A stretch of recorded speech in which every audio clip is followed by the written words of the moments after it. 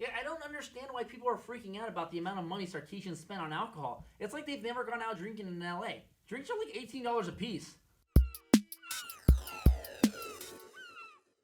Coming to you pre-tape from the Best Coast Show studios. This is Best Coast Show. I am your host, Albert Aguilera. That is my producer, Curtis Stage. And USC season is officially over. Yes, we are now an unranked team. USC has fallen hard. The other things on our rundown today are Cody Kessler is getting worse every game. What happens with him? How has his draft stock now fallen? I mean, I think he might even go in the fifth round now. USC plays Notre Dame this coming weekend. This is going to be a big game. This is one that probably they're going to lose, but Notre Dame has some injuries. UCLA also lost the last time they played, and they've fallen from number 7 in the country to number 18. They play Stanford next, who's been on a roll. And then, of course, we have to start our show with dumb college football athletes making dumb decisions once again.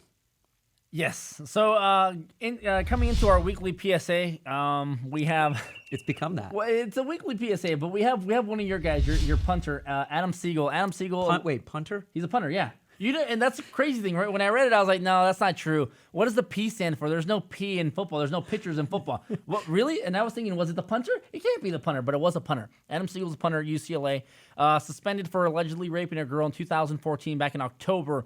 He was arrested this week. He was released on $300,000 bail. And college athletes, I don't understand. I don't understand what you don't understand. Why don't you understand that laws apply to you? I don't get it. Yeah. Keep your hands to yourself. Every week this turns into a thing.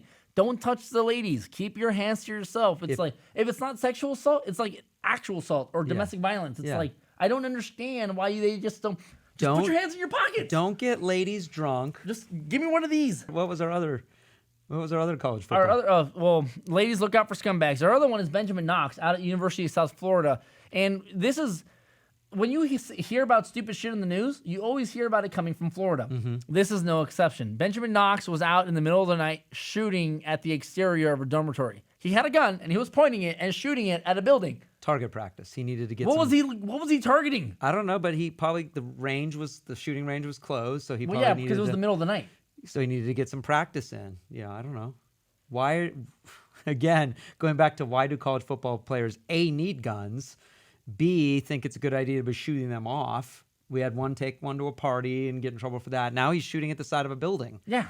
What? College athletes, stop being stupid. Like, you guys are, assuming you're good, you guys are a couple of years away from millions of dollars in fame and fortune and women who throw themselves at you that you don't have to sexually assault them. What are you doing? Then you can build a shooting range in your backyard. You would have so much money, you could build a shooting range in your backyard. Yeah. And then shoot off guns constantly. I would probably do that. I'd be like the FPS Russia guy and just be blowing shit up in my backyard.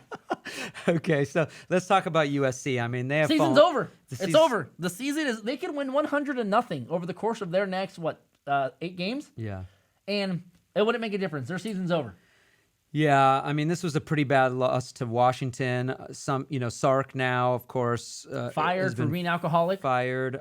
I feel bad for the guy. I don't. He's still a millionaire. I don't feel bad for him at all. He should have stepped in. He made a really stupid decision, and I get it. You're going through a divorce. I've never been through a divorce, but he's going through a divorce. He became an alcoholic. Yeah. But this is a problem he had back in Washington. People knew about it. Players knew about it. Apparently they did, but apparently USC didn't know about it. They knew about it. They're just okay, the day that I get caught with a dead hooker in my trunk, I'm going to be like, I'm sorry, officer. I didn't know that was there. Yeah. That's what USC is doing right now. Yeah. And everyone's saying, oh, well, Pat Hayden made a decision to bring him on. Is he going to get fired? They're like, no, Pat Hayden is not going to get fired. But now they're saying, hey, Sark, we're not going to pay you the money that we owe you. Yeah. Because you broke codes of conduct. Yeah. But I don't feel sorry for the guy. He's still a millionaire.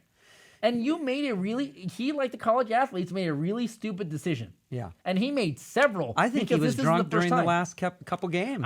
That wouldn't be surprising to me either, or to any of you guys, because like Chris is saying, the play calling was terrible. Yeah. You lose 17-12. You got Juju and Kessler, who are now not playing very good at all. And it's partially due to the play calling, which he doesn't even do because he gave up his play calling duties after the first time he was drunk at the assembly. Yeah. I mean, well, I think he has final say on the play. I mean, I don't know what they were doing in the final sequence against Washington. I mean, why are they kicking a field goal? You're down by 5. It does nothing for you. You need a touchdown, and you have one timeout left, and Washington gets the ball back. All you do is run out the clock. Even if you score, you're still down by 2, and all Washington has to do is run out the clock. Yeah, that's it. So that was interesting. It's frustrating. Why don't you pull? And also on the third down play, Cody Kessler scrambles, and I mean, as a coach, you have to tell him before that play, get rid of the ball at all costs. Don't take a sack here. You have to be in your player's ear. I'm surprised Kessler didn't know this, that he didn't know. I mean, it was a third down play, and he scrambles and gets sacked. You got to throw that ball away. And your coach needs to tell you that. Your coach can't tell you that if your coach is drunk or hungover mid-game. That might be it. I just think it's bad. That's how I imagine that conversation going. And Cody going, God, what the hell are we doing? Look, at the start of the season, you were saying, when we had our college football episode, and you were saying... I was saying Heisman. You were saying Heisman, and he is looking far from that. I mean, I feel like the He had his worst game. 2 interceptions, 150 yards. Even Juju looked bad. Juju had the fumble inside of our own 20. Washington's not a good team if you're playing that poorly against Washington. Is it just the offensive line is that bad? What's going on? I mean, UCLA we'll get to them in a second. Their offensive line's terrible right now.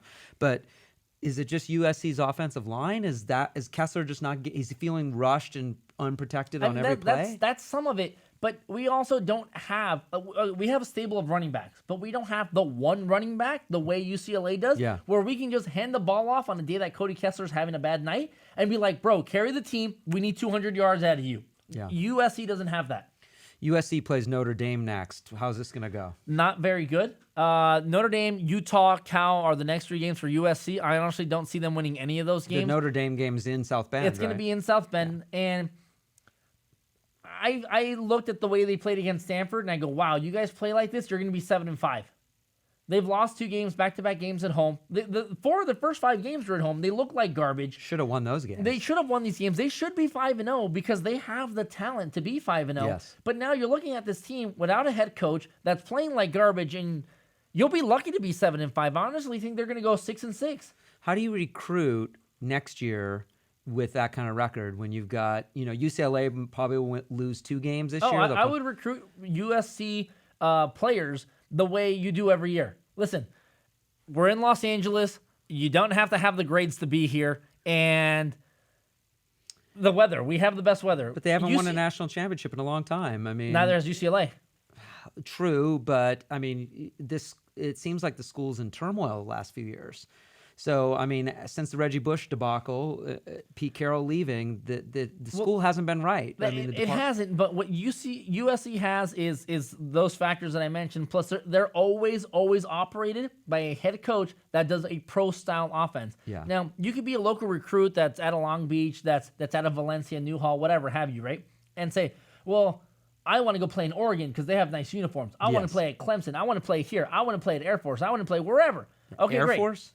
Yeah, I don't know, whatever.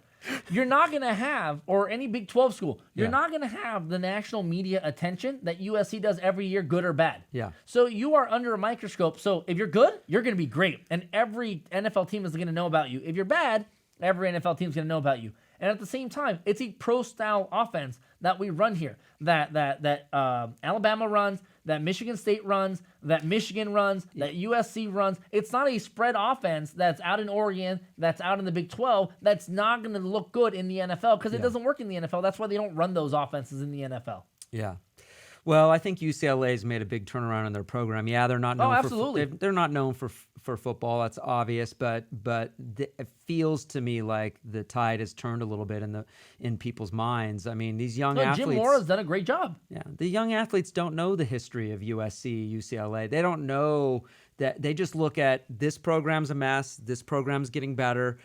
UCLA is a great school. My parents are wanting me to go there to get a good education too. No, maybe. they don't. No, they don't. These parents don't care. They don't care. If your kid is being recruited on an athletic scholarship to go to a school that it's a Division I school, and you're coming to me, and I'm hearing these reports out of these parents that have been interviewed after the Sarkisian debacle. Well, now we have to reevaluate what we're doing next season. Not next year, not next semester, next season. Sure. Because my son needs to make it into the NFL to make millions of dollars to support us and everyone in the neighborhood. Not not so that, oh, I hope my son gets a great degree in, what's your major? Communications. Yeah, communication. Sorry. You're getting a degree that's useless. You're getting a degree that the only thing you do with is teach, and you don't even show up to class. Yeah. Like, Yeah. what's going on? I mean, if these parents legitimately did care, they would be like, oh, I understand Sarkisian, happened. That's unfortunate. I know USC is a great program, a great school. They have a ton of money. They can hire anybody they want. And they will. They could probably say, hey, John Gruden, we know that Monday Night Football pays you $6 million a year. We'll give you 12. They could do that if they wanted to. But that'd be an interesting USC hire. being one of the better universities in the country, we're going to leave our son there. No, they don't care about that. Like, your son is in one of the best universities on the planet, Yeah. scholastically. Yeah. But you want to pull him out because he has to play football somewhere else, where he's going to miss a year anyways, even if he does leave. So it doesn't. So these parents do not care about their child's education. They care about the money he may make in the NFL. Okay, so UCLA loses. They fall from 7. They were on a roll. They're down to 18. They're now at 18.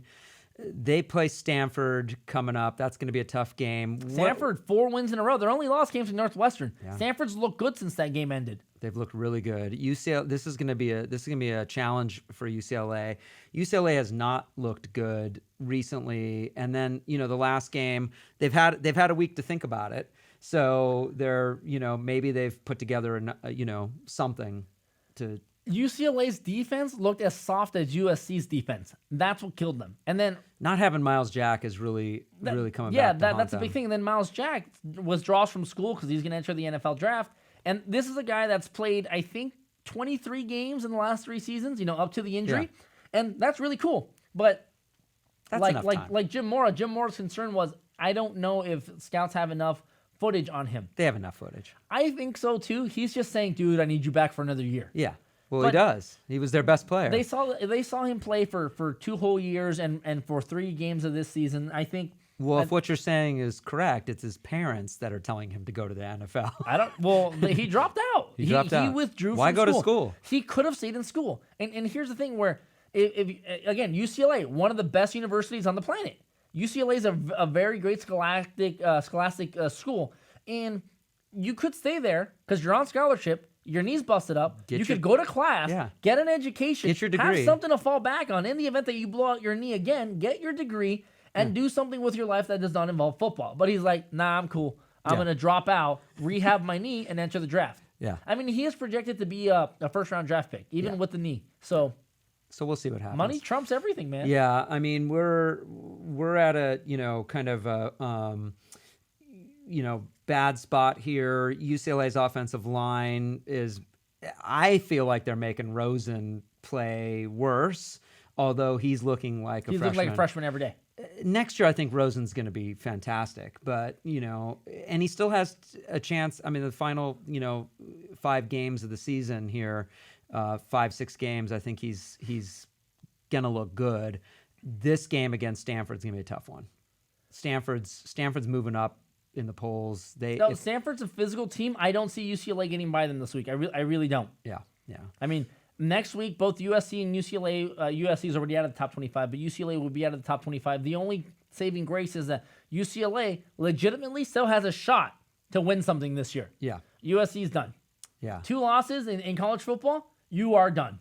Utah's the best. At home. Utah is carrying the Pac-12 right now. Yeah, they're the best team. I mean, they may move up into the top 5 this weekend. I don't know. I think they're 4 right now. Are they 4? Yeah, okay. I hate that you have to just vary your polls every week. Just give me one poll. Yeah. Give me one so I can keep up with that one. I can't keep track of who's who. I really think it's dumb that the coaches even have a coaches poll. I would look at my coach and be like, as an AD, I would be like, did you really vote? Really? You're fired.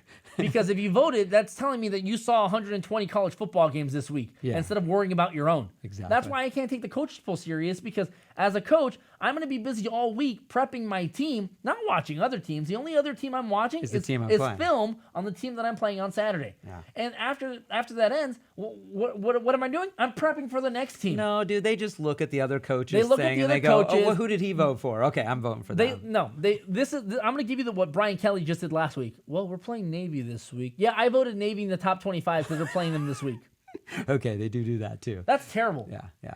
Well, Utah does deserve to be in the top 5. Yeah, Utah's great job Utah's done this year. Yeah. All right, what's our gift of the day? All right, guys. So our gift of the day. This is a jab at Coach Sarkisian. This is what I'd imagine he looks like in the future once. Is he going to go back to coaching? I don't know. He might be on the streets of Los Angeles soon. I don't know. You might see him on the streets of LA if you do. I mean, we're making a joke of it. Alcoholism is a serious problem, but we make light of it because we're a bunch of assholes on the internet. And I also am not going to feel sorry for a millionaire who threw away his future in his coaching career. Yeah, true.